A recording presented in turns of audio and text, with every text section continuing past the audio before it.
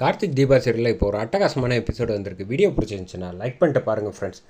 அபிராமி அம்மா வந்து செம கோவத்தில் வந்து அடிச்சிடுறாங்க ஐஸ்வர்யாவை. இனிமேல் வந்து தேவையில்லாத குடும்பத்தில் வந்து சொத்தை பிரிக்கிற வேலையெல்லாம் வச்சுக்கக்கூடாது அப்படின்னு சொன்னோன்னே ஐஸ்வர்யா அங்கேருந்து கோச்சிட்டு போயிடுறாங்க. அதுக்கப்புறம் வந்து சம்மந்தி என்ன நினச்சிக்கிட்டு இருக்கீங்க, நீங்கள் என் கண்ணு முன்னாடியே என் பொண்ணை வந்து நீங்கள் அடிக்கிறது ரொம்ப தப்பாக போயிடுச்சு அப்படின்னு சொன்னோன்னே, ஆமாம் வாங்க ராஜேஸ்வரி, உங்கள் பொண்ணை வந்து நீங்கள் அடித்து வளர்த்துருந்தீங்கன்னா இந்த மாதிரி விஷயத்தெல்லாம் வந்து பேசுவாளா என்கிட்ட, அவளை வந்து நீங்கள் அடித்து வளர்க்கல, அதனால் வந்து அபிராமி வந்து அடித்து வளர்க்குறா அப்படின்னு அருணாச்சலம் அதிரடியாக பேசுகிறாப்புல. உங்களுக்கு நான் ஒரு விஷயம், என் மேலே மதிப்பு மரியாதை இருக்கா இல்லையா உன் அண்ணனா, இருக்குது அப்படின்னோடனே, சரி நீ வந்து இதுக்கு மேலே இதை பற்றி எதுவும் பேசாத நீ போ அப்படின்னு சொன்னோன்னா போயிடுறாங்க. ராஜேஸ்வரி உங்களுக்காக நான் மரியாதையாக எதுவும் பேசாமல் போகிறேன் அப்படின்னு சொல்லிட்டு போயிடுறாங்க. இந்த பக்கம் அபிராமியை உட்கார சொல்லிட்டு அருணாச்சலம் வந்து பேசுகிறாங்க. நீ எதுக்கு இவ்வளோ அவசரப்பட்ட, அவள் தான் பாவம் இல்லை, இப்போ போய் வந்து இந்த மாதிரி சூழ்நிலையில் அடிக்கலாமா அப்படின்னு. நான் அடித்தது தப்பு தாங்க, பட் இருந்தாலும் அவன் பேசின பேச்சு கொஞ்சம் நெஞ்சமாங்க. சொத்தை பிரிக்கிறதுக்காக வந்து நான் கொஞ்சம் நெஞ்சம் பாடுபட்டேன். இவ்வளவும் நம்ம பண்ணது எல்லாமே வந்து கட்டுக்கோப்பாக குடும்பம் வந்து இருக்கணும், எல்லாரும் அண்ணன் தம்பிங்க 3 பேரும் ஒத்துமையாக இருக்கணும்ன்ட்டு தானே. அது ஏன் இவங்க யாருக்குமே புரிய மாட்டேங்குது. அதுவும் ஐஸ்வர்யா வந்து இப்போயே வந்தா, எத்தனை வருஷமாக நம்ம வீட்டு மருமகளாக இருக்கா, அதனால தான் எனக்கு கோவம் வந்துருச்சு அப்படின்னு சொன்னோன்னே, சரி விடு நாச்சியா, எதுவாக இருந்தாலும் நல்லதுக்கே நடக்கட்டும் அப்படின்னு சொல்லிட்டு அந்த பக்கம் வந்து செம கடுப்பில் வந்து போன ஐஸ்வர்யா வந்து அழாத, தைரியமாக இரு அப்படின்னு ராஜேஸ்வரி அவங்க அம்மா வந்து ஆறுதல் சொல்லிக்கிட்டு இருக்காங்க.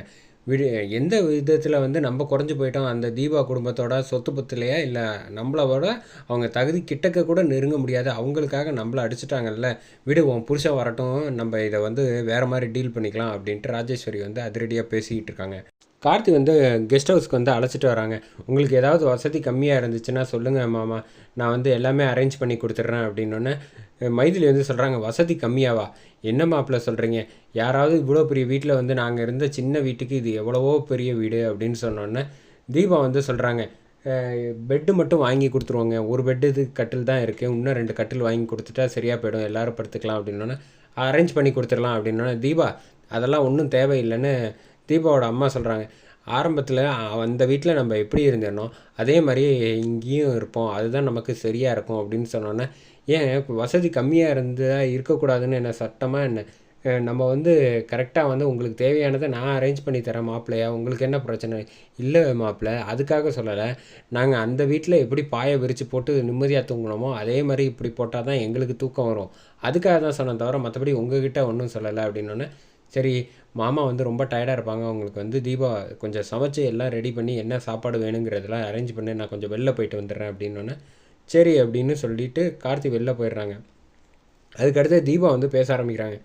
இப்படி ஒரு தங்கமான அந்த மாப்பிள்ளை வந்து உனக்கு அமைஞ்சிருக்காரேம்மா, யாராவது ஒருத்தவங்க வந்து ஆப்ரேஷனுக்கு காசு கொடுத்துட்டு வீடு இல்லைன்னு வீட்டுக்கு அழைச்சிட்டு வந்து தங்க சொல்லி, சம்மந்தி அம்மாவும் வந்து ரொம்ப சந்தோஷமாக வந்து இங்கேயே தங்குங்க எத்தனை நாள் வேணாம் அப்படின்னு சொல்கிற பாக்கியம் எல்லாம் யாருக்கு கிடைக்கும், எனக்கு தான் கிடைக்கும் அப்படின்னப்ப அந்த பக்கம் வந்து சீக்கிரமாக இன்னொரு வீடு பார்த்து போயிடணும் அப்படின்னு சொல்லிக்கிட்டு இருக்காங்க நம்ம மைதிலி.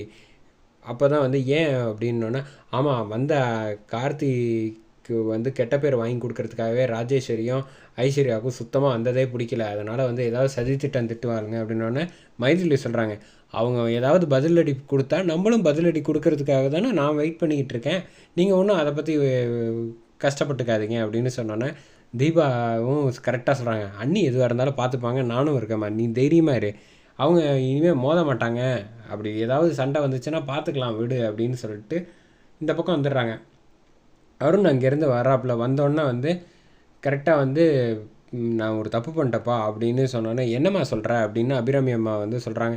நடந்த எல்லா விஷயத்தையும் சொன்னதுக்கப்புறமேட்டுக்கு, விடுமா நீ வந்து அவளை அடித்தது தப்பே கிடையாது, எப்போ பார்த்தாலும் வந்து இப்படியே பண்ணிக்கிட்டு இருந்தால், நீ நானாக இருந்தேன்னா இன்னும் 4 அடி சேர்த்து அடிச்சிருப்பேன், நீ விடு, நீ இதெல்லாம் இப்போ பெருசுப்படுத்திக்காத அப்படின்னு சொல்லிட்டு அருண் வந்து உள்ளே போகிறாப்புல. போனோன்னே மாப்பிள்ளை உங்களுக்கு ஒரு விஷயம் தெரியுமா அப்படின்னோடனே, எல்லாம் அம்மா சொன்னாங்க கேட்டுட்டு தான் வரேன் அப்படின்னா, உங்களுக்கு கொஞ்சம் கூட கோவம் வரலையா உங்கள் ஒய்ஃபை வந்து அடிச்சிட்டாங்கங்கிறதுக்கு, எதுக்கு அடித்தாங்க, அதுக்கு காரணம் தான் சொல்லிட்டாங்களே, சொத்து கேட்டதுனால அடித்தாங்க, அவங்க மன்னிப்பு கேட்டாங்கணும், எதுக்கு மன்னிப்பு கேட்கணும், ஐஸ்வர்யாவை வந்து அவங்க பொண்ணு மாதிரி நினச்சிக்கிட்டு இருக்காங்க, அதனால தான் வந்து அடித்ததுக்கு அப்புறமேட்டுக்கு மன்னிப்புக்கு வேறு கேட்கணுமா, தேவையில்லாமல் பேசாதீங்க, உங்களுக்கு வந்து எல்லாமே நடக்க வேண்டிய விஷயம் எல்லாம் அம்மா பார்த்து பார்த்து செய்வாங்க, எனக்கும் செய்வாங்க, அதை முதல்ல நம்புங்க, தேவையில்லாமல் நம்மளாம் வந்து கஷ்டப்படுத்திக்கிட்டு மனசை கஷ்டப்படுத்திக்கிட்டு அவங்களையும் இந்த மாதிரி தொந்தரவு பண்ணக்கூடாது அப்படின்னு சொல்லிட்டு அருண் அங்கேருந்து போயிடுறாங்க.